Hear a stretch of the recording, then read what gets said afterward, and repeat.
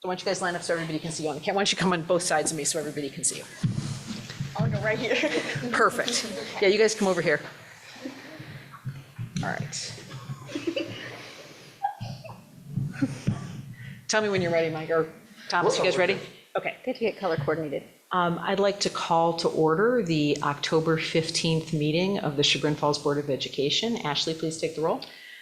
Mrs. Bendel, Yes, here. Mr. Bordner, Here. Mrs. White, Here. Mrs. Miller, Here. and Dr. Sable is not with us tonight.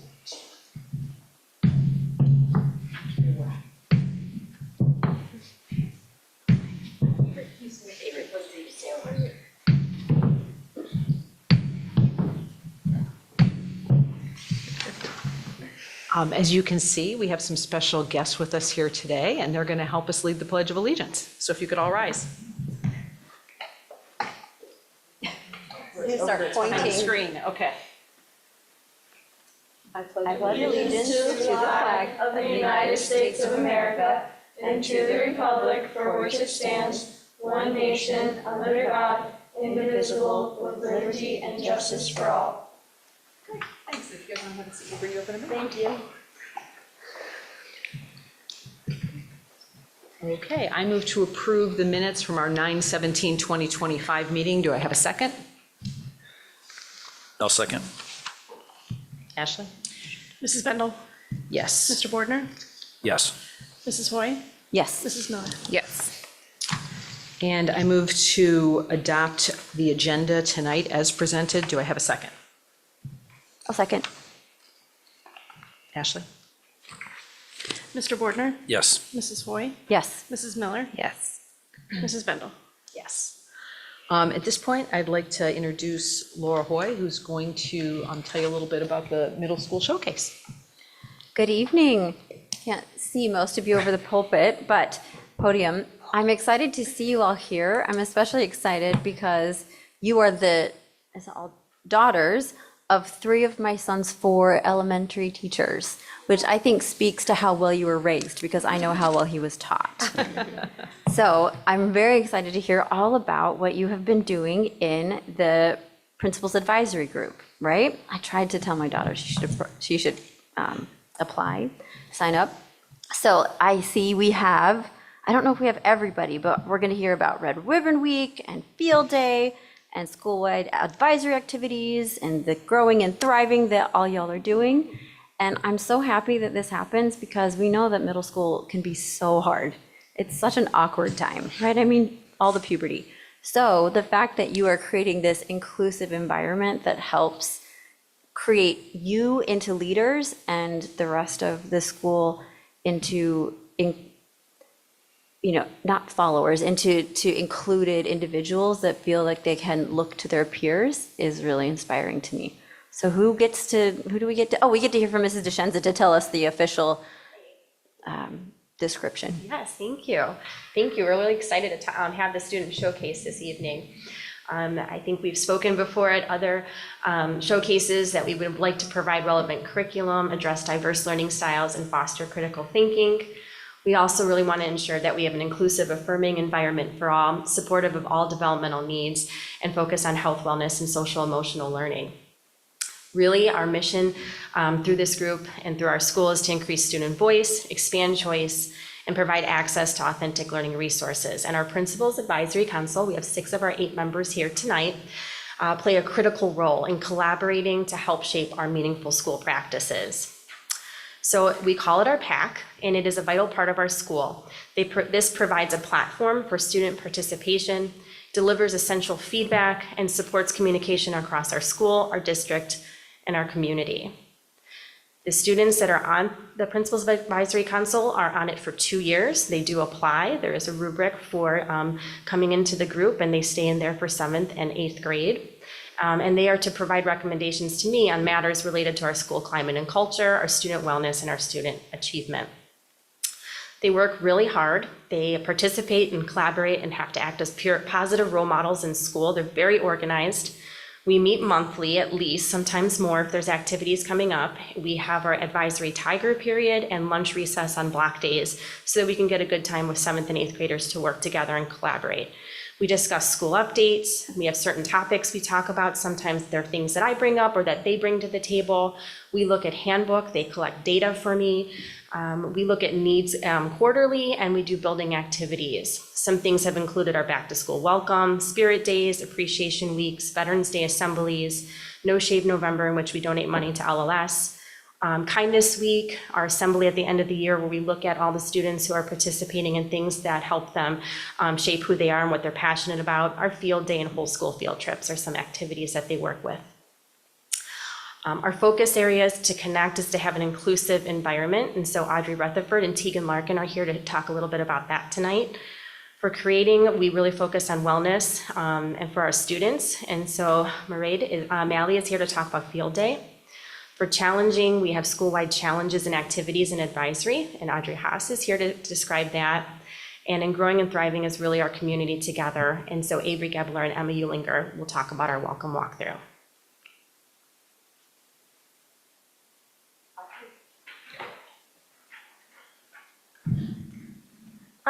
We are excited to be here with you today to talk about something really important, Red Ribbon Week, a week that is all about making smart choices, standing up for yourself, and living a healthy, drug-free life. Now, I know you've probably heard people say, just say no to drugs before, but Red Ribbon Week is more than just saying no. It's about saying yes to your goals, yes to your dreams, yes to the kind of future you want to have. For Red Ribbon Week, CFMS will be giving every advisory a pumpkin. They will then decorate it as something that they want to achieve when they are older or something that helps them make good decisions. Along with that, we will be having a door decorating contest with different principals judging our winners. Our theme is making good decisions and solving problems substance-free. Life is a puzzle, solve it drug-free. So they work on things like that, and having that just has that shared purpose and unity together. It's shared leadership and participation, so it gives the students to contribute in all the different ways so that they feel valued, especially amongst their advisories, and we'll have some more students talk about advisories too. Mairead's going to talk about field day. Hi, I'm here to talk about field day, and it's mainly about how we allow independency through our field day, which gives everyone their own ideas and is able to touch on trust, and we find our ideas of what we're doing by asking and letting other people all of the advisories choose something that they think would be it would be very everyone would enjoy it. It is for 7th and 8th grade, and it allows, like I said, independency, and it gives everyone a good idea of what our whole school is about, and it's our trust. And I think it's very important because we the independency, like I said. Can I make a comment on that? Yeah. So I appreciate what you said about it sounds like you're saying you can give a lot of voice and choice to the advisories about field day, right? Which I think is important, because even though I think I'm a pretty cool hip mom, I'm also finding out that I'm very cringe, surprisingly. So if teachers think that things are exciting and fun, but are also, born in the 1900s, they might not actually know what students really want. So when Yeah. you're giving voice and choice through your active participation, it gives more buy-in for the students. Yeah, we like to have everyone's intel and how they actually want things to happen. And not only with field day, that happens throughout the whole school year on No Shave November, the beginning of the school year, how people the decorating the doors. We want people to actually enjoy our extra things that we're doing during advisory. And I think that's really important as a student myself, because sometimes on our block advisories, it gets very long, and I do want to be able to do something. And the 7 mindsets is enjoyable, but sometimes it's easier to go out and be able to do something that I know that I would enjoy. and I know that like some of my other like classmates would enjoy it. I mean, like I think it's really important that we like include other people's like opinions and ideas. I agree. Thanks for leading that. Every year we have students that have different ideas. This year, Capture the Flag keeps coming up. Sometimes it's kickball, sometimes it's what kind of prizes could we hide in balloons and pop them at lunch. But every year there's a real interest in certain things, and this year it is Capture the Flag, I think. Audrey's here to talk a little bit about our school-wide activities that happen during advisory. At Chagrin Falls Middle School, our advisory time is all about building strong connections and teamwork through fun and healthy team building exercises. Whether we're working together on problem-solving activities, trust challenges, or creative group projects, these experiences help us communicate better and support one another. Along with advisory, we also love participating in exciting house challenges throughout the year. Each challenge gives us a chance to show school spirit, collaborate with friends, and earn valuable house points that can lead to awesome prizes. It's a great way to stay motivated, make new friends, and feel proud to be a part of our community. Thank you.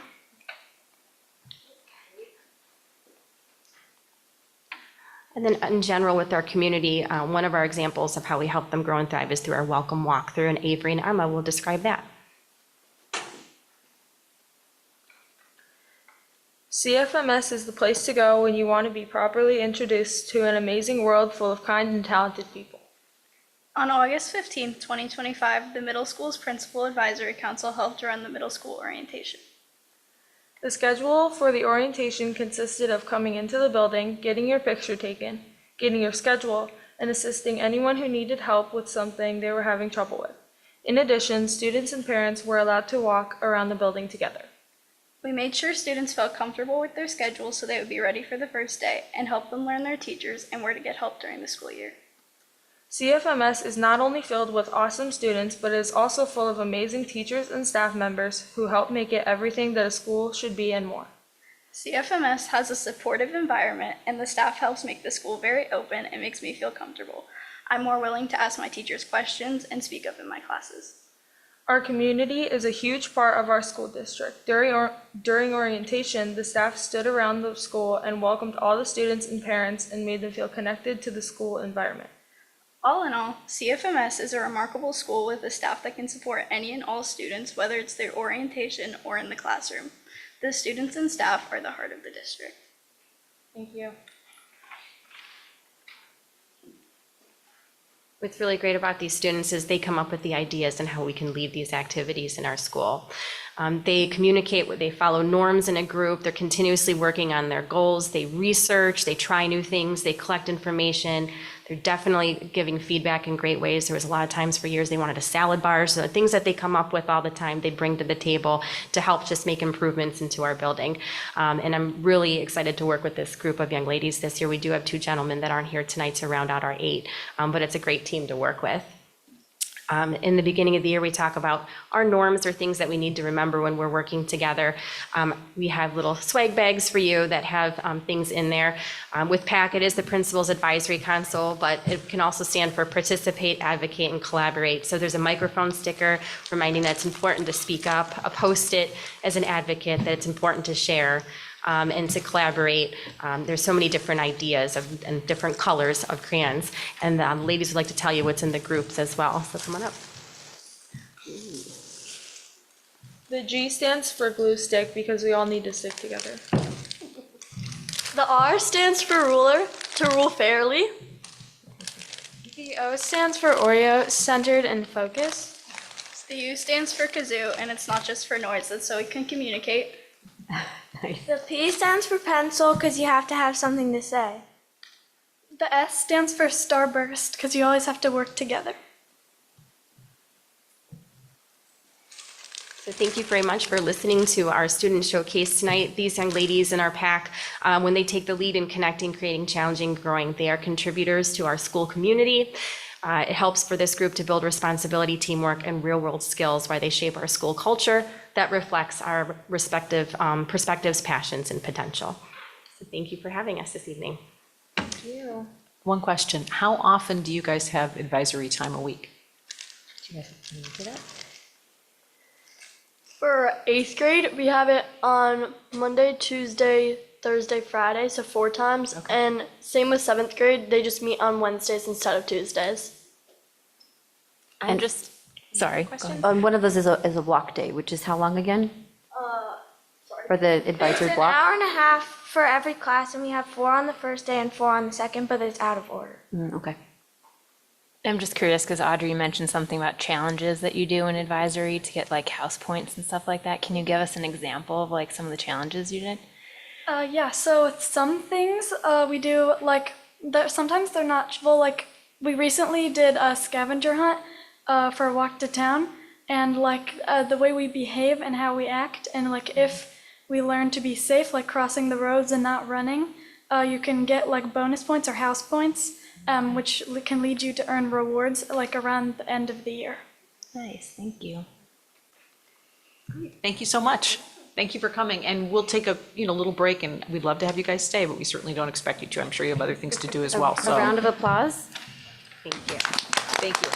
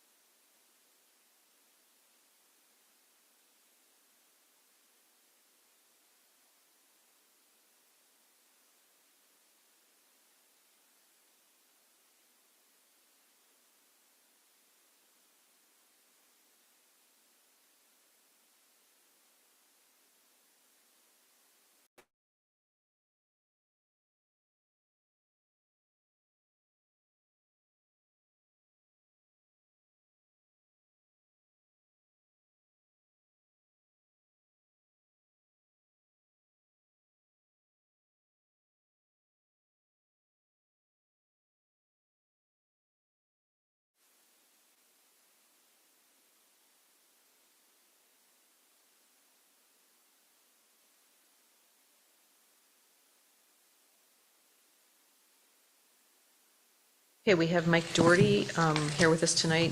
He's going to give us our superintendent's report. Yeah, so the first thing, really the only thing in the superintendent's report I had was just to touch base on our incident at Gurney this morning. If you weren't already aware, our maintenance crew did find a live bullet somewhere near the soccer field.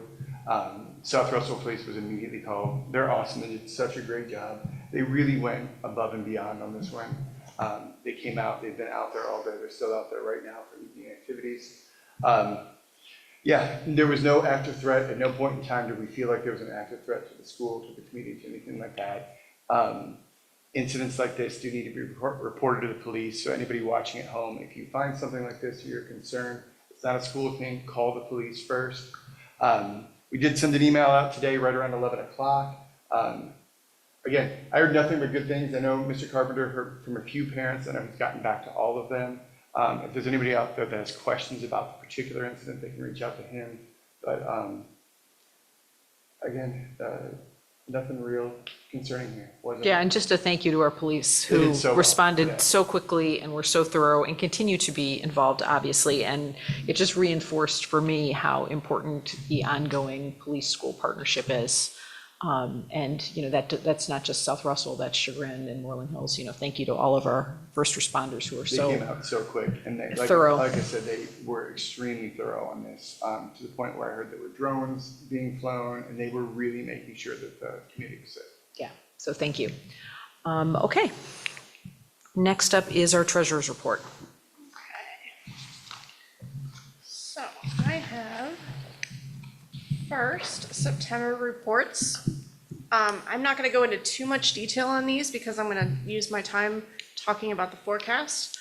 But these are just the highlights. Ending balance at the end of September in the general fund is $23.7 million. We are starting now to spend down our balance. So, you know, in July and August, when we're getting those taxes in, we're seeing a surplus for the month. Moving into September, we have a deficit for the month. We expended more than we received, and that is to be expected this time of year. This is our month-to-month comparison of the revenue. Blue is the current year. All those different shades of gray are prior years. Just kind of give you an idea of how we're comparing. This is the year-to-date comparison on those same years, still on the revenue. Expenditures month to month, same thing. The orange is the current year. All the shades of gray are the prior years. Let's see how we're trending. Year-to-date expenditures. You can see how we compare to prior years so far. Cash balance, again, we're the orange in the current year. The shades of gray are prior years. This kind of shows that the up and down of our cash balance as we receive our taxes here in these higher months. We spend down, we're not receiving any of that revenue. Throughout these months, our cash balance goes down, then it goes back up in the spring when we get our advances and settlements there. One thing to note is the orange, again, is current year. This black line is last year, so you can see we were trending up, cash balance was going up as we were at the front of that levy cycle. Now our balances are going to be lower than prior years. We're going to start spending down.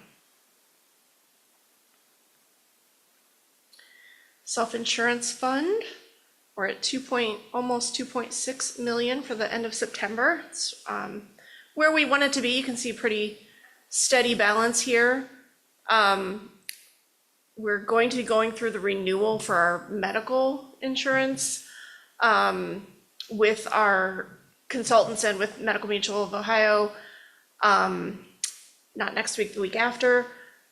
Our open enrollment then for our employees will be in November. Just based on what I'm seeing in our usage and our claims are higher this year than they have been in the past. So I'm expecting probably another increase. So that's why we maintain this healthy balance. Not going to, take a higher increase. We could keep this balance lower and then each year have higher increases. This helps us though kind of steady that out. So this is a nice healthy balance. It's where we want it to be over the next year. Depending on what kind of increase we take, you might start to see this decrease a little bit. And that would be by design so that we don't take a huge increase on our on our premiums. So we'll wait and see. I don't have any final numbers from Medical Mutual yet, but just based on claims and what I'm looking at, we're not going to have another year of zero. We had zeros for several years. This past year, we had a 5% increase. We're probably going to see something close to that again this year.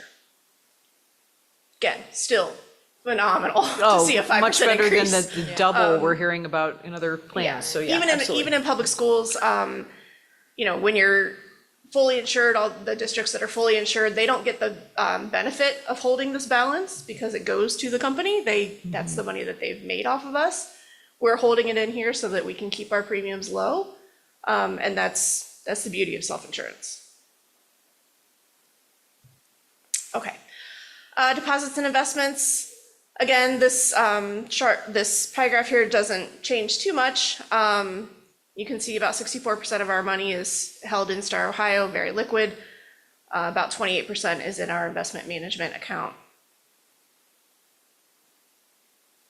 Okay, so for the financial spotlight for September, in the fall, when the report cards come out, everybody kind of starts talking about report card and performance, and then all of the things that go into that. I like to point out and make sure everybody is aware that there is also a financial component on the report cards. This is one of the items that they put together. They call it spending and performance. I like to look at it as a return on investment. Every one of these little gray dots here is a public school district in Ohio. So this one, they've got a couple different variations of this. This one is all districts. So this is a big giant mass here of all of these districts. These lines here are the averages. So this is the average of all of the schools in Ohio. So there's 600 and I think we're at 610, 611. The red is us. So you can see, yes, we spend above average. I don't think that's a surprise to anybody. You can also see that we are right here at the top in performance.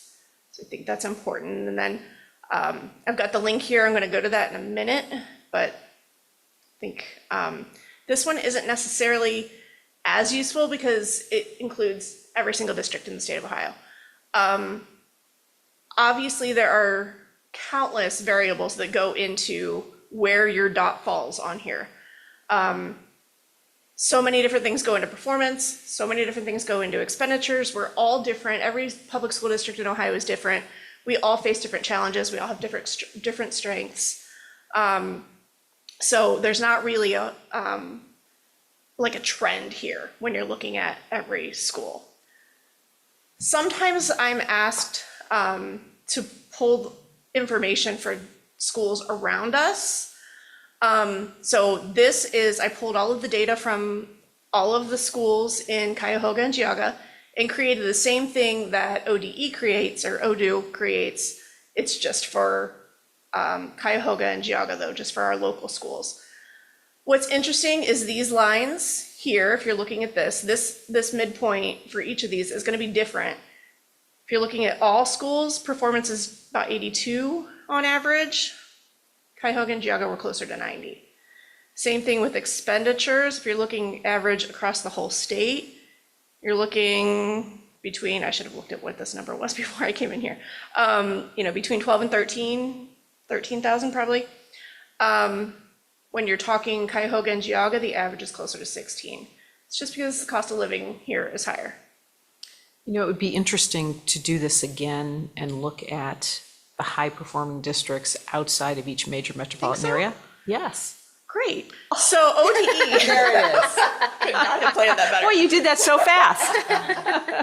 So ODE also pulls together. So if you go to their website, they've got all districts, comparison groups. So the comparison group, let's just do that. I'm gonna take it here. So here it is. Here's all districts. This is exactly what I have on that last slide. The comparison group is enrollment between 1,000 and 2,500 kids.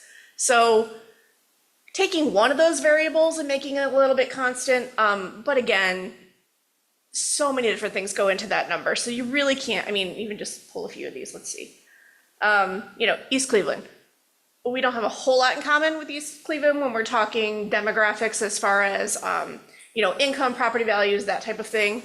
But we're close in enrollment. So that's all this one is. They then also put together the similar district one.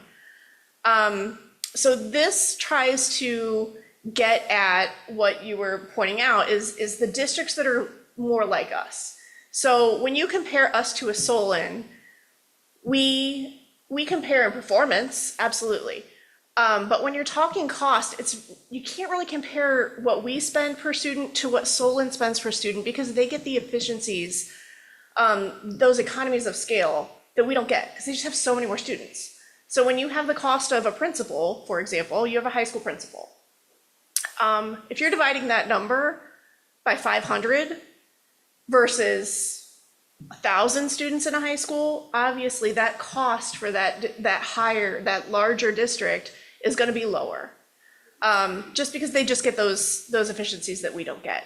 So what this does is tries to pull districts that are not only alike in enrollment, but some of those other factors.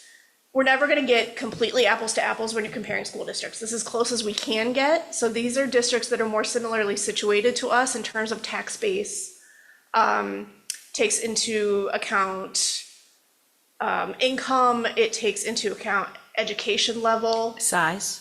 It does take size into account. So these are the districts that they have pulled out and said, these are the districts that are like Chagrin. So if you look at some of them, it makes sense. Grandview Heights, Marymount, I'm sure you'll find, Avon, there's these smaller, Kenston, that have similar tax base to us and other similar demographics. So what I think is really interesting is when you're looking at this, just kind of a whole big mess of dots. But when you get at what else, or when you get at pulling out some of those items and getting it as close to apples as you can, you start to kind of see a trend here. Whereas increased spending, at least it looks like here, does have some correlation to an increased performance score, at least when you're comparing these schools. Obviously, this is not a scientific study or anything like that. Not saying that there's any causation, but there's some sort of correlation here. If you look, there's kind of a trend line as compared to, you can't really compare this. You've got just a big mess of 600 dots. When we're talking similar districts, it's interesting. And this is the same way I do policy. Like when I look at policy, I don't compare every district or districts that have totally different revenue sources, totally different sizes, I look at districts, I have a list of about 7 or 8 that I look at when we're making a policy change or when something comes out from the state of Ohio that we have to incorporate to make sure that we're in line and not missing something or not reinventing the wheel, depending on what similarly situated districts are doing. They can take all 600 districts and rank us on performance. They can rank us on cost. They can rank us on all these different items, but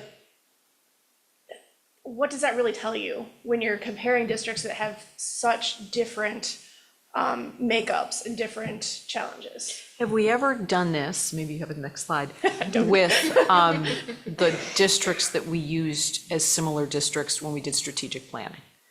Because we tried to really hone in on districts that were outside major metropolitan areas, same size, same revenue source, high dependence on local property taxes, similar student population. We've not done it with those specific districts. Yeah. It's not difficult. I mean, one that I do every year. Just clicking on these dots in the Some of them similar are in there, districts, yeah. I've seen Some of them most are the same, already. yeah. I think that's the goal of what, they do with this similar district thing. If it's those specific ones that we wanted to compare ourselves to, no. Okay. I can do that.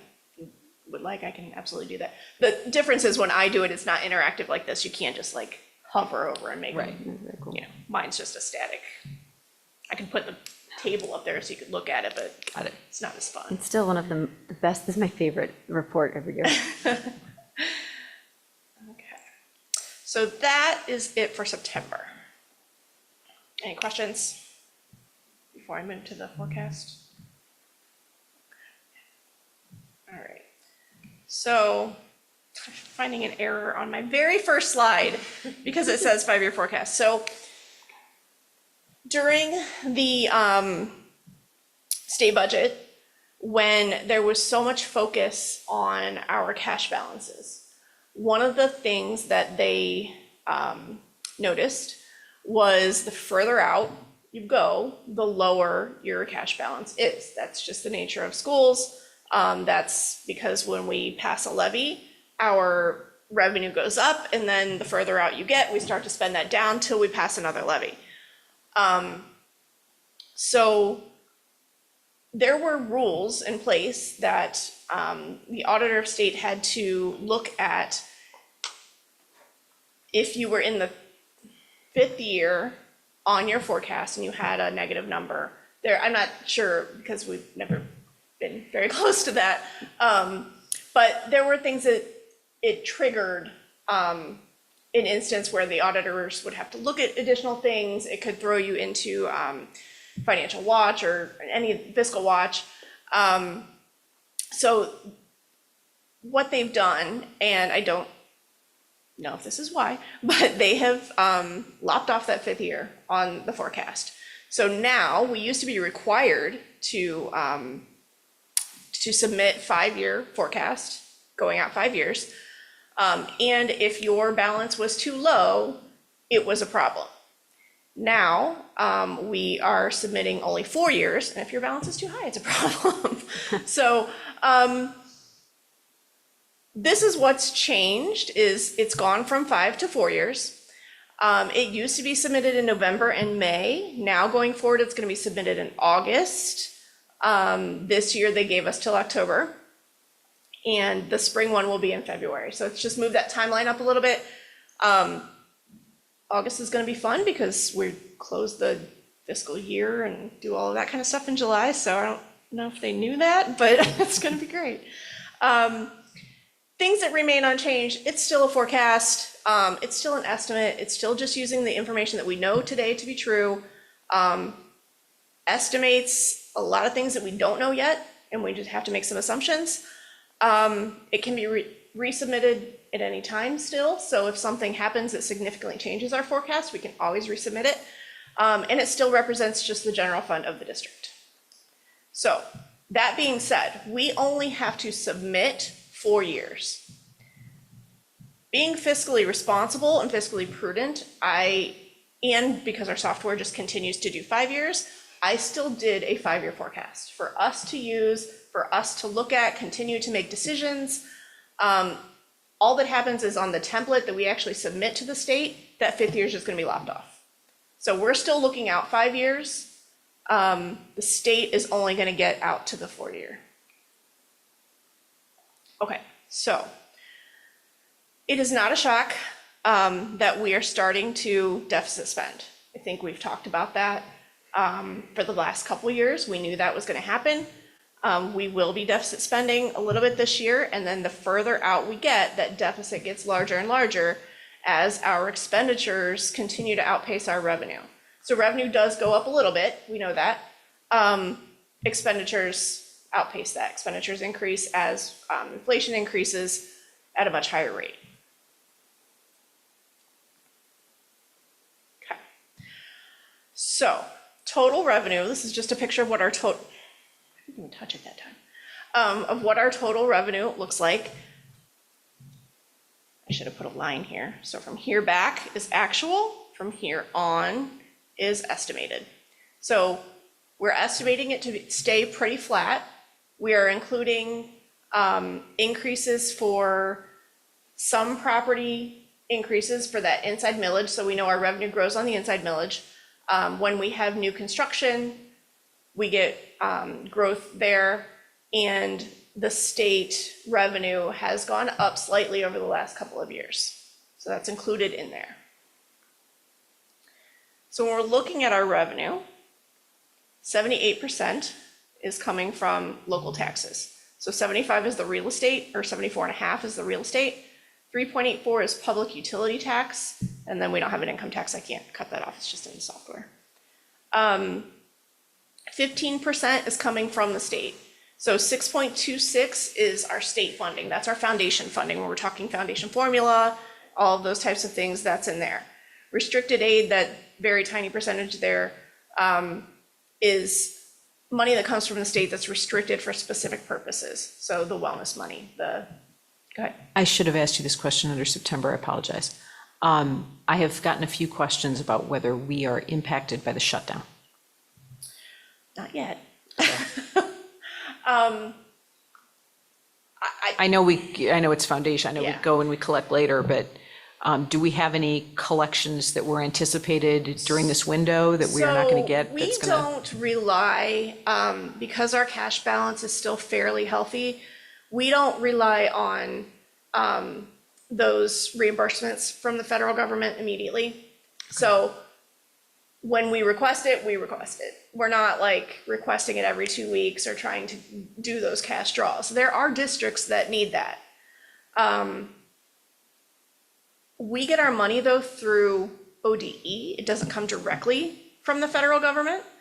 So as it's passed through ODE, I'm not sure if that's going to affect public schools. It could. If ODE is not getting their money from the federal government, then they don't have it to pass through. Right. There were issues before the shutdown with some of the federal grants that were kind of on hold for a while from last year. So we got an extension on those items. So last year's grants are still actually open in some cases. So if it does affect them or affects, other school districts, hopefully ODE would do something to allow them to continue to spend or figure it out. For us, it's at this Small point, enough percentage. Yeah, small enough percentage right now that it's not Okay. going to affect us. And we should see it eventually. Yeah. Yeah. Assuming, that we maintain the ability to collect our property taxes and 75% of our revenue continues to come from property taxes. Right. It's not necessarily a huge issue for us. Okay. Okay, so this is just the makeup of our revenue. I'm gonna go through each line of the forecast. Promise I'll be quick, I'm not gonna spend an hour on each one. Starting with line 1.01, which is our property tax revenue. This is the majority of our revenue. So on each of these slides, you can see up here, there's a little pie chart, and it's gonna show you how much we're talking about. So when I'm gonna go through each of these lines, I'm just gonna show you real quick. It looks like they're all the same. When you're looking at these bar charts, they are not. So you really have to pay attention to the scale. So this bar chart here is gonna look, or column chart, is gonna look very similar to the smaller items. This is the most important to us. So keep an eye on this little pie chart here that's gonna show you how important this slide is, or how important this line item is. So property tax revenue, again, is our largest revenue stream. 74.5% of our revenue comes from our property taxes. Through 25, again, from here back, this is actual, this is forecasted. You can see we do expect, slight increases. It's kind of hard to see here just because of the scale of the graph, but we do expect slight increases, like I said, due to inside millage, new construction, that type of thing. Our collection rate, we've been pretty lucky, is very steady. We don't have tons of delinquencies like some schools do. So this amount here in our property tax revenue is the effective rate, which we're going to cover in 1 second, times our valuation, times our collection rate. So we all know what, the collection rate is, how much of it you collect. Just because you assess taxes doesn't necessarily mean you collect every penny. Valuation, I think we've talked a lot about over the last few years. That is the valuation that the county sets on each property. The effective rate is the rate that we're collecting. So it's not necessarily the levy amount. It's as time goes by, the effective rate goes down, and that's due to House Bill 920. I talk about this a lot. I think it's extremely important, especially now when we're really focused on property taxes. The idea and the design behind this is so that as inflation affects property values, our revenue does not skyrocket. So there is some confusion out there, I think, with a lot of people still, that when their property value goes up by 30%, there are still people who think that their taxes go up 30%. That is not true, and that's because of House Bill 920. So what it does is it takes the same dollar amount to the schools and says, okay, you received $100 from this levy 30 years ago. This year, you're going to get $100 from that same levy. Obviously, that $100 does not go as far as it did when a levy was passed initially, just because of inflation. That's why we have to continue to pass levies. I just want to emphasize that. I think that is maybe an unintended consequence, I don't know, of House Bill 920. It's that if property values, if tax collection floated with property values and tracked inflation, then we would not need to pass new levies, because our taxes would go up unless it was an extreme situation or there was mismanagement. But because they are capped, and because we don't collect with the increase in property values, or all of the increase with the property values, that is why new levies are a thing across the state. Yeah, in fact, I think it was March of this year, I put together a table in the spotlight for that month that was our voted levy versus our collection or our effective rate. And all of our millage that we're actually collecting at this point is almost exactly equal to what we were collecting in 1976 when House Bill 920 was first passed. So, which was super interesting to me. So what this represents here is the blue is our effective mills over the last few years. So you can see in 2018, we were effectively collecting 51.23 mills. 19, it went down to 49 as property values went up. In 2020, we passed a levy. We passed 3.85 mills. So if you take 52.08 and you subtract 49.74, you will notice it's less than 3.85 mills. That's because of House Bill 920. So we went up 3.85, but then got reduced because of the property value increase. 2021, it went down, and then you can see it has continued to go down. So in 2024, which was collection 25, so that's what we collected this year, we're down to 39.1 mills is what we're actually collecting. And then this gray is what I call the lost millage. This is the voted millage. So you can see the voted millage across here is all the same. It went up in 19 and 20. That's because we passed a levy. Okay. I'm not going to read all of this, but I think it's very important to have this in here just in case somebody is pulling this and just kind of reading it on their own. This just touches on the fact that there are a lot of things happening in our state right now that could severely affect our property tax revenue. And as I've shown, it's almost 75% of our revenue. So it's our main source of revenue. If something were to happen to that, it would be catastrophic to us.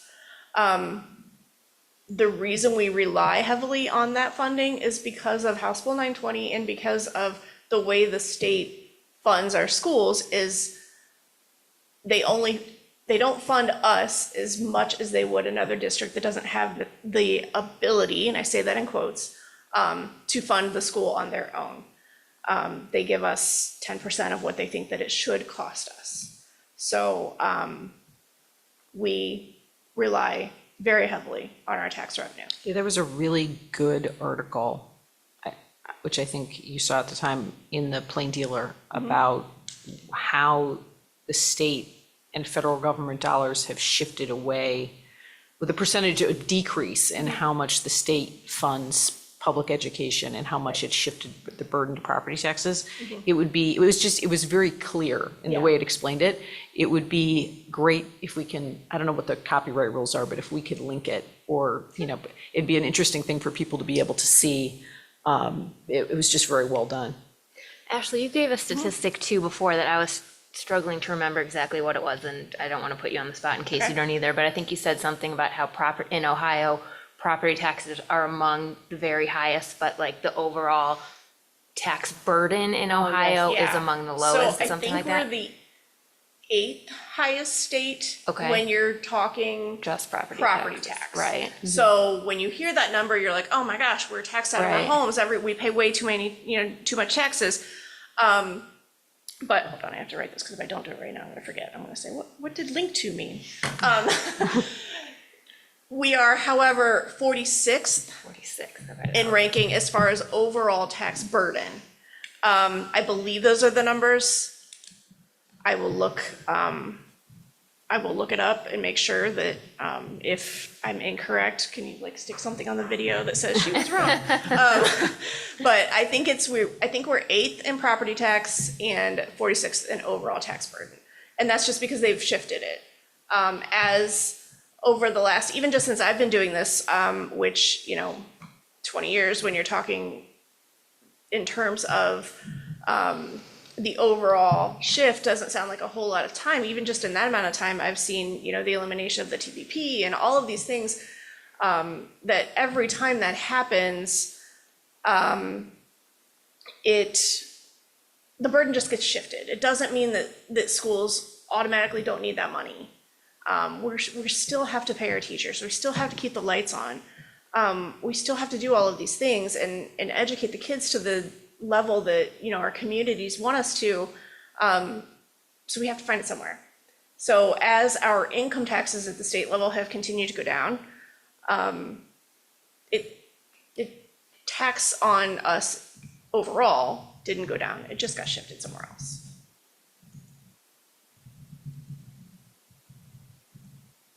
Seriously, can you put a note on it if I'm wrong? Like flash it across the screen. We're actually 9th, not 8th or something like that. I think it's 8th and 46th. The 8th though. was the one I remember. Okay. I couldn't Yeah. remember the 46. Okay, so I think I got that from Howard Fleeter, so. Yeah, I remember would him trust talking it. about Yeah, that at he's that seminar. pretty- Yeah, Yeah. he's the guru. Okay, so moving on to the next line item. Did I hit property taxes enough? Yes. Moving on to public utility personal property. Again, this is the evaluation times the full voted rate, so 920 does not affect this line. This was just a timing of a payment here. We had a delinquency and it got paid. This actually does go up a little bit faster because 920 does not apply here. So as those valuations go up, collection goes up. Moving on to unrestricted grants and aids. So this is our state foundation money. You can see some slight increases over the last couple of years. And 920 does not apply to inside millage. Correct. So there is one piece of the tax Right. piece that does float. It's just roughly, as just happens to be roughly 10% Right. of the overall tax, so. Oops. Okay, so this is really throwing a dart. I mean, I don't know what's gonna happen. Every 2 years with the state budget, I mean, even you saw this year, I thought I knew what was happening in March, and then the next meeting, it was like completely upside down, and then the next meeting, it was a completely different story. We don't know what's happening here. So I estimate fairly conservatively, I will admit that. But what goes into this is I'm assuming the current formula. I'm assuming some continued decreases in enrollment based on live birth data from our area. So we know historically a certain number of babies are born in our district, then 5 years later, we would see a number coming into kindergarten. It's not all of those students, we know that. We also know, however, that we get a lot of move-ins. So we have to estimate on the enrollment. We estimate on all of the variables that go into that formula, and then take our best shot. So this one is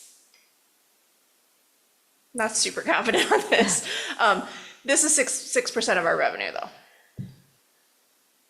Moving to restricted, so this is the money that comes from the state that they say we have to use on a specific item. So this money is just kind of the general foundation. This is the stuff that is, if we give you this money, you have to use it for X, Y, or Z.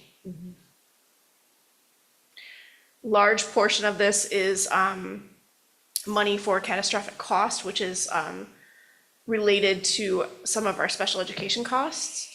I do expect that to go down. 24 was a pretty high year. I expect that catastrophic cost to go down. That's why you see that trend continued from 24 to 25. From 25 to 26, I'm expecting the same trend to continue. Okay.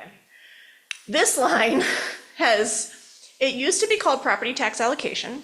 Then it was called state share of local property taxes. Now they are informing us and mandating that we call it state reimbursement property tax credits. I don't care what you call it, it's homestead and rollback. This is the money that is credited to people off their tax bill. The state then provides that money to the district. New levies, we do not get this. We don't get homestead and rollback reimbursements on those. But for all the ones that are already in place, that's why you don't see a whole lot of change here. This is the ones that are already in place, and currently we are receiving this. This is one of the items that's kind of being eyed for some relief to the state. So at some point, they may phase this out on us. Other operating, this is kind of everything that doesn't fit into one of those other categories. Things like tuition, rentals, donations. The big difference that you see here is investment income from 21 to 22 up to 24. Obviously, rates skyrocketed.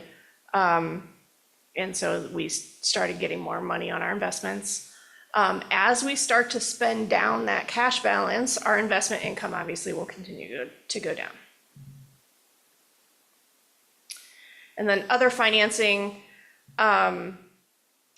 this giant thing here was because if you recall in 23, we had a very large advance out of the general fund to cover some of those federal grants that we had not received the money in yet for the COVID money. So I had to advance it out of the general fund into those funds to eliminate the negative fund balance. Then in 2024, I advanced the money back from those funds back into the general fund. That's why it looks like we got a lot of revenue there. It's just moving money around. Any questions? And again, very small percentage, 1.7% of our revenue. Yeah, the pie chart's really helpful. Yeah. Okay, moving to expenditures. Okay, this is all expenditures. This includes things like transfers, which is why you see this thing here. We're going to talk about that in a little bit. I included 20, so the other graphs, it comes straight from a software. I put all the numbers in and then I can pop these graphs out really nice and easy.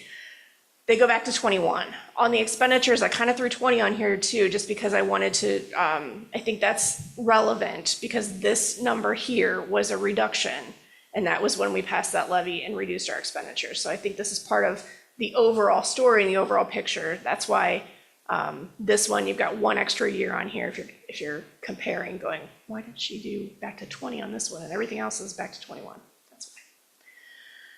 Total expenditures, 79% of our money goes to our people. That's how we do everything we do, is with our teachers, our custodians, our bus drivers, our administrators. Everything that we do is our people.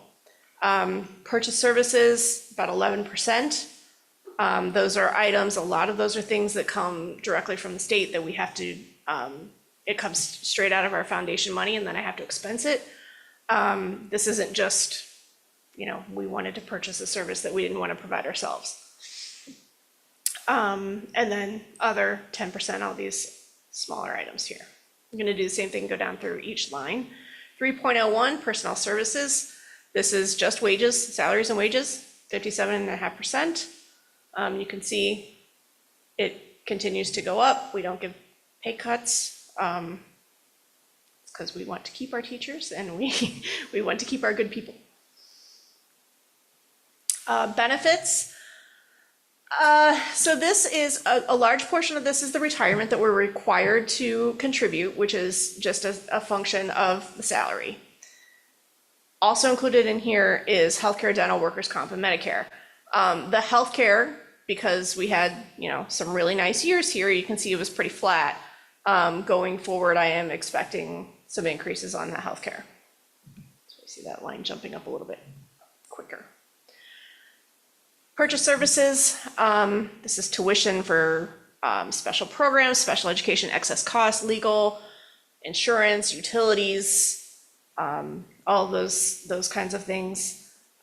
Utilities have gone up quite a bit. Don't expect those to go back down. It's about 11% of our expenditure. Supplies, this is the area that we can control the most, but it's 2.6% of our expenditures, so keep that in mind.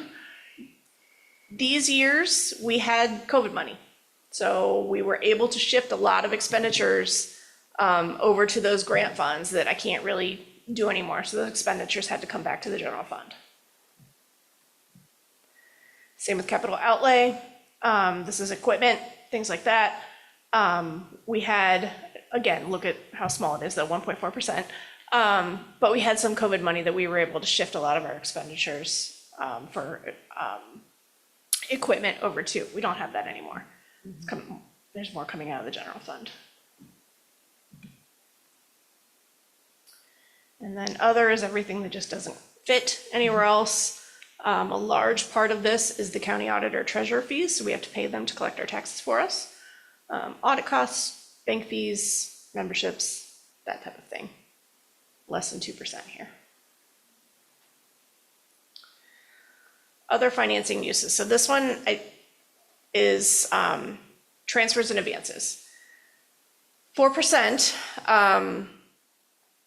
but if you look at 25, this is the reason that our expenditures went up when I showed you that first column chart, why 25 had a blip. And this is because of in June, remember when we didn't know what was going to happen with the cash balance, if the county was going to be forced to take cash balance away from us if we maintained it in the general fund. We had money sitting in the general fund that was allocated to specific projects and specific permanent improvement things. It wasn't, just sitting there for nothing. We had it allocated to things. We just hadn't moved it out of the general fund. We were just holding it in the general fund. So to get it out of the general fund, we moved it into those specific funds. So we moved money into capital projects and PI. Significantly increased our transfer for that year. Result is over the next 2 years, money that I had planned initially that I would have been making transfers in 26 and 27, we now don't have to make because we did them in 25. So that's why this is so much lower. You also transferred money to cover retirement. We did. Can you explain that again? We quickly? also 'Cause created that's interesting. the severance fund. So it's Fund 035. We moved some money out of the general fund to kind of seed it and get it started. What we will do then is, so that money, severance used to be spent out of this line. So, and can you define, I think people define severance differently in So- the non-academic, non-school setting. So when somebody leaves our employment, they have a balance built up in sick pay, for example. Including retirees. Right, only retirees. Right. So you only get severance sick pay if you retire. You don't get it if you quit and move to another district. So if you retire, and that means retire through SERS or through STRS, doesn't just mean I could retire today and it's not really retiring. You have to retire through one of the pension systems. Then you can get a percentage of your sick that you have banked. You're not getting the full amount. I forget, each union contract specifies the amount. I think it's a third, do you know? You don't know? I don't know if it's We're too far away, we don't know. Yeah. Don't look at it every day. So there's that. There's also, if you leave and you have vacation, legally, we have to pay you out your vacation. Sick, you only get a portion of it, and it's based on the contracts. So it used to be paid out of this line. So if you had a year where you had 20 teachers retire, you might see a blip here, and you might see a really increased expenditure, or you might not know that that's going to happen. We plan ahead as much as we can, and we kind of estimate, who's eligible, who we think is gonna stay, how many people we think are gonna go. But we never know exactly until they tell us. So if you have a year where you have 20 people retire, you might have a really large expenditure. What I've done is created the 035. So now all of our severance payments will be paid out of there. And then each year we'll make a transfer. We'll be able to plan exactly what that transfer is. It'll stay steady and you won't see the up and down here in the wages line. We'll hold a little bit of a balance in there to kind of cushion those large years. So the transfer will be the same, and then we'll have the amount sitting in there, and it'll cover it on those years where you have a larger, you won't see the up and down. Okay. So overall picture, this looks different than it did in May, than what we presented in May because of that increased transfer. So when we presented the forecast in May, we didn't know that we were going to make that large transfer. That happened kind of at the last minute in June. So that's why this looks a little bit different. That's why expenditures are going down from 25 to 26, because I'm not making those transfers. Typically, you wouldn't see expenditures go down unless you make some cuts like we did in 20. Here you can see expenditures went down a little bit. But this kind of decrease you're not going to see unless you make major cuts. This is just the transfer. And then as revenues going up slightly, expenditures are going up higher, or faster, I mean, and our expenditures are outpacing our revenue. This difference in between here is when we're spending down our cash balance. Exact same information, just in table format for people who prefer to see it this way. Here's our deficit. This is the same slide I showed at the very beginning. Small deficit this year. Every year it's going to get larger and larger. Obviously, after this happens, if everything stayed the same and we did nothing, we would be out of money. We would be spending $6 million more than we're receiving. When you get into 2031, if we only start out with $700,000, we don't have $6 million to spend down. So only way to correct this is either increase revenue or decrease expenses. How do we increase revenue? We pass a levy. How do we decrease expenditures? We make cuts. We have to do one or the other, or some combination thereof.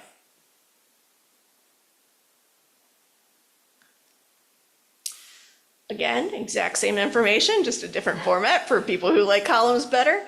Orange is expenditures still, blue is revenue. You can see orange starts to outpace, and then this is our cash balance. As our expenditures outpace our revenues, you can see that cash balance going down.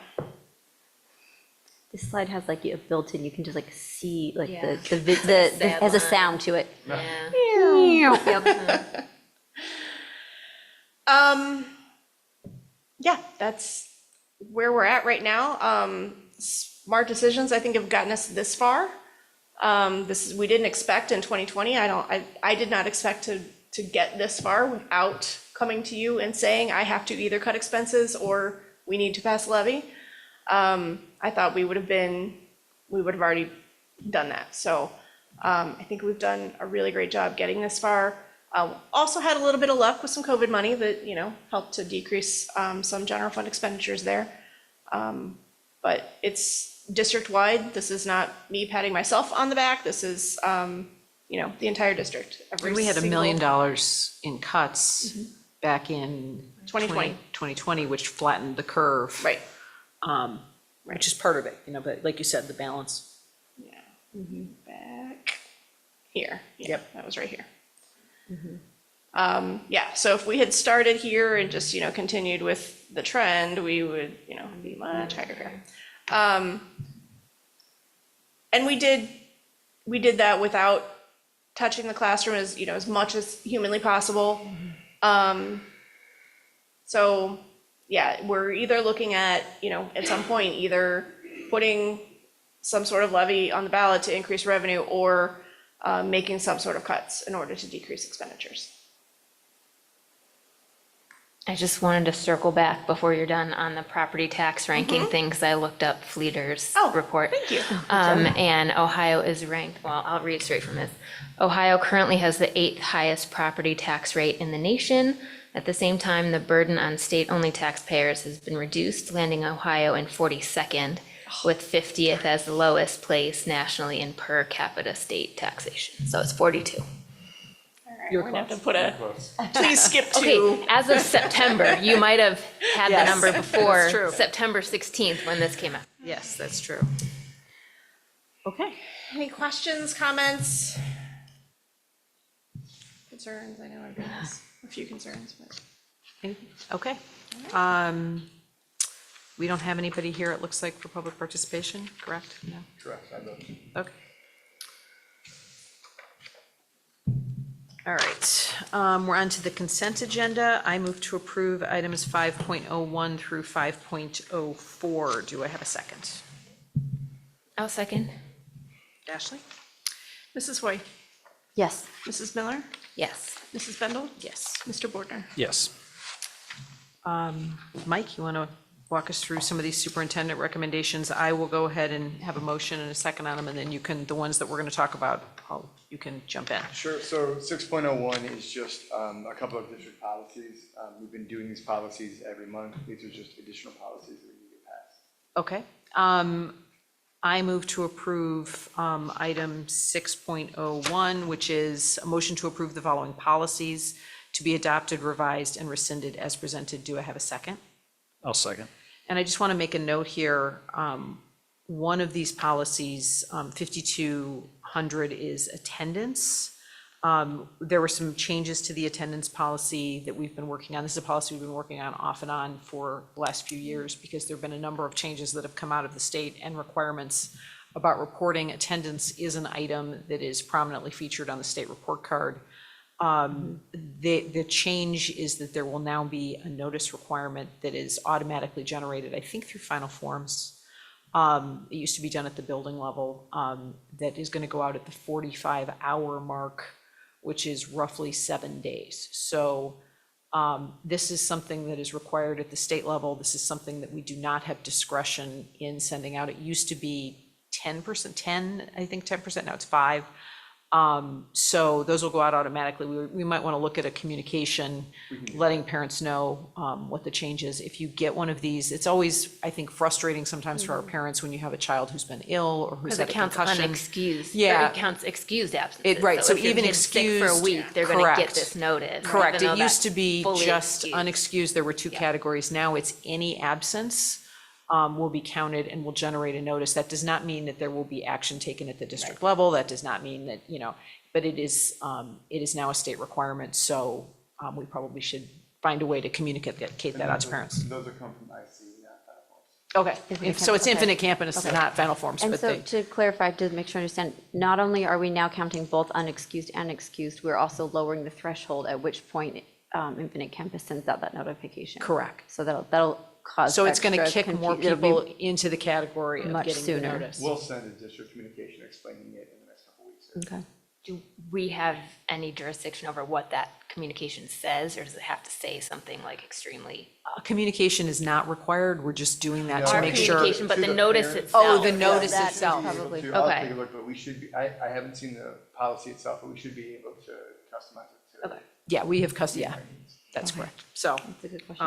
but it's challenging because we do, sometimes there's a issue with attendance, sometimes there's not. We look at every situation, it notifies us. We are obviously aware when kids are here and when kids are not here.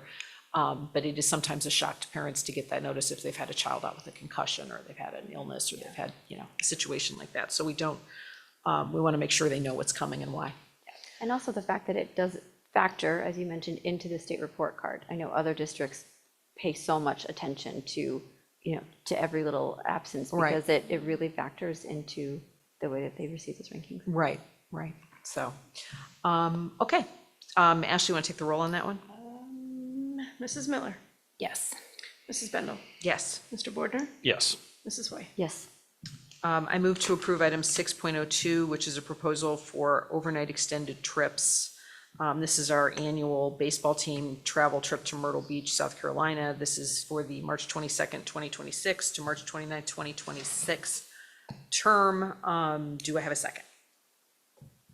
I'll second. Ashley? Mrs. Bendel, Yes. Mr. Bordner, Yes. Mrs. Hoy, Yes. Mrs. Miller. Yes. I move to approve item 6.03. This is a motion to approve staff resignations as presented. Do I have a second? I'll second. Ashley? Mr. Bordner, Yes. Mrs. Hoy, Yes. Mrs. Miller, Yes. Mrs. Bendel. Yes. I move to approve item 6.04. This is a motion to approve the following salary increases due to verification of additional coursework for the 2025-2026 school year. Do I have a second? I'll second. Ashley? Mrs. Hoy, Yes. Mrs. Miller, Yes. Mrs. Bendel, Yes. Mr. Bordner. Yes. I move to approve item 6.05. This is a motion to approve the following certified staff for additional hours as presented. Do I have a second? I'll second. Ashley? Mrs. Miller, Yes. Mrs. Bendel, Yes. Mr. Bordner, Yes. Mrs. Hoy. Yes. I move to approve item 6.06. This is our annual DC trip. This is a motion to approve the following staff members for supplemental payments. Do I have a second? I'll second. Ashley? Mrs. Bendel, Yes. Mr. Bordner, Yes. Mrs. Hoy, Yes. Mrs. Miller. Yes. Item 6.07, I move to approve item 6.07, which is a motion to approve the following substitute teachers on an as-needed basis, contingent upon meeting all requirements as presented. Do I have a second? I'll second. I always feel compelled to say when we do this, that we do this throughout the year. So if anyone is interested in becoming a substitute, please reach out to Chris Wolfter. We can approve you at any meeting. Drivers too. And bus drivers, yes. Ashley? Mr. Bordner, Yes. Mrs. Hoy, Yes. Mrs. Miller, Yes. Mrs. Bendel. Yes. I move to approve item 6.08, which is a motion to approve the staff retirements as presented. Do I have a second? I'll second. Just a note, you want to talk about this one for a second, or you want me Yeah, to? just that, I mean, again, I've been here, this is my 18th year. Sherry's been here a lot longer than I have. Sherry's been here for 34 years here in the high school office. We're gonna miss her, phenomenal. Yeah, she's just been such a centerpiece of the high school for so long. So thank you so much, and we will miss you. Ashley, you want to take the roll? Mrs. Hoy, Yes. Mrs. Miller, Yes. Mrs. Bendel, Yes. Mr. Bordner. Yes. And please don't be a stranger, and we would love to see you. See you at all those sporting events and working at the counter, as you always are, taking tickets and all the things she does to see be her a every part of our morning. students' lives. Walking your dog. Okay, item 6.09, this is a motion to approve, I move to approve item 6.09, which is a motion to approve the following classified staff contracts as presented, contingent upon meeting all requirements. Do I have a second? I'll second. Ashley? Mrs. Miller, Yes. Mrs. Bendel, Yes. Mr. Bordner, Yes. Mrs. Hoy. Yes. Item 6.10, I make a motion to approve 6.10 to approve the following classified staff for additional hours as presented. Do I have a second? I'll second. Ashley? Mrs. Bendel, Yes. Mr. Bordner, Yes. Mrs. Hoy, Yes. Mrs. Miller. Yes. I make a motion to approve item 6.11, which is to approve the following supplemental service co-curricular contracts for the 2025-2026 school year, contingent upon meeting all requirements. Do I have a second? I'll second. Ashley? Mr. Bordner, Yes. Mrs. Hoy, Yes. Mrs. Miller, Yes. Mrs. Bendel. Yes. I move to approve item 6.12. This is a motion to approve the following payments to OHSAA tournament responsibilities for 2025-2026 school year. Do I have a second? I'll second. Ashley? Mrs. Hoy, Yes. Mrs. Miller, Yes. Mrs. Bendel, Yes. Mr. Bordner. Yes. Okay, I move to approve item 6.13, which is a motion to approve the following athletic supplemental service co-curricular contracts for the winter season of the 2025-2026 school year as presented. Do I have a second? I'll second. Ashley? Mrs. Miller, Yes. Mrs. Bendel, Yes. Mr. Bordner, Yes. Mrs. Hoy. Yes.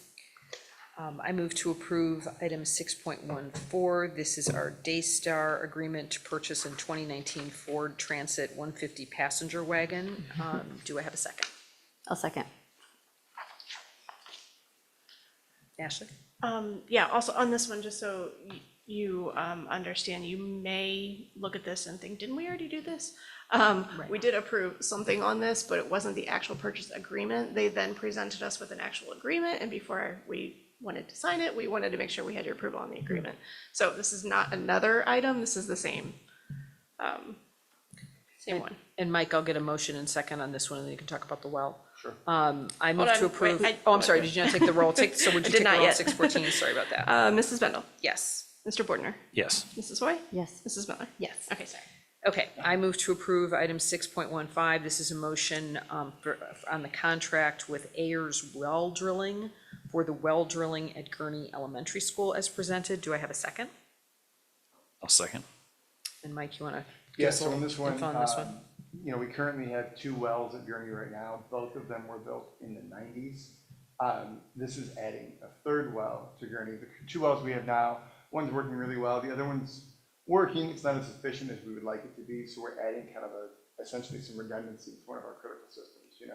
We want to make sure that we always have enough water in that building. So I actually talked to Jim Nace today.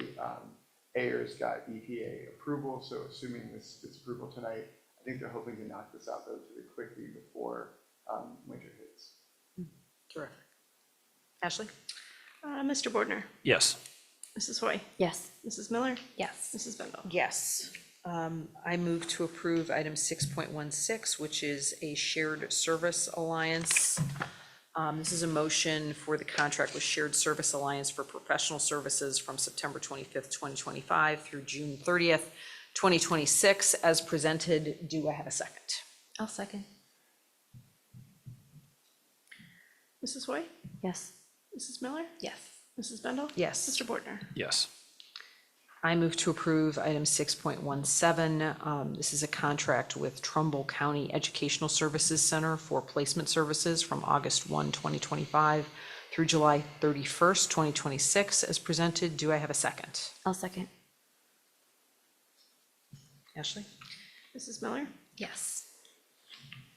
Mrs. Bendel, Yes. Mr. Bordner, Yes. Mrs. Hoy. Yes.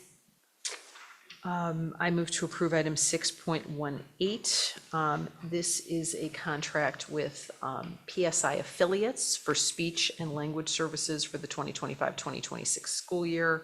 Do I have a second? I'll second. Ashley? Mrs. Bendel, Yes. Mr. Bordner, Yes. Mrs. Hoy, Yes. Mrs. Miller. Yes. And that's it for our superintendent recommendations. We're on to our treasurer recommendations. Okay, item 7.01 is then and now certificates. This is how we are able to be in compliance with the state requirements when our invoice, or when our purchase order was not created prior to the invoice. One of those items you see on there is that Daystar Ford that you just approved. I'm recommending your approval. So moved. Do I have a second? I'll second. Mr. Bordner, Yes. Mrs. Hoy, Yes. Mrs. Miller, Yes. Mrs. Bendel. Yes. Item 7.02 is the monthly financial reports for the month of September discussed at the top of the meeting. I'm recommending your approval. So moved. Do I have a second? I'll second. Mrs. Hoy, Yes. Mrs. Miller, Yes. Mrs. Bendel, Yes. Mr. Bordner. Yes. And item 7.03 is the financial forecast, not the 5-year forecast, that I also talked about at the beginning of the meeting, recommending approval. So moved. Do I have a second? I'll second. Mrs. Miller, Yes. Mrs. Bendel, Yes. Mr. Bordner, Yes. Mrs. Hoy. Yes. Okay. Do we have any other business? I don't believe so. Anything? And we don't, as we said earlier, have anyone here for public participation. This would be for matters not on the agenda. Our next meeting will be November 19th here in the high school library at 7 p.m. We do not have executive session, so I move to adjourn today's October 15th, 2025 meeting. Do I have a second? Oh, I'll second. Mrs. Bendel? Yes. Mr. Bordner? Yes. Mrs. White? Yes. Mrs. Miller? Yes. Okay, thank you. Adjourned at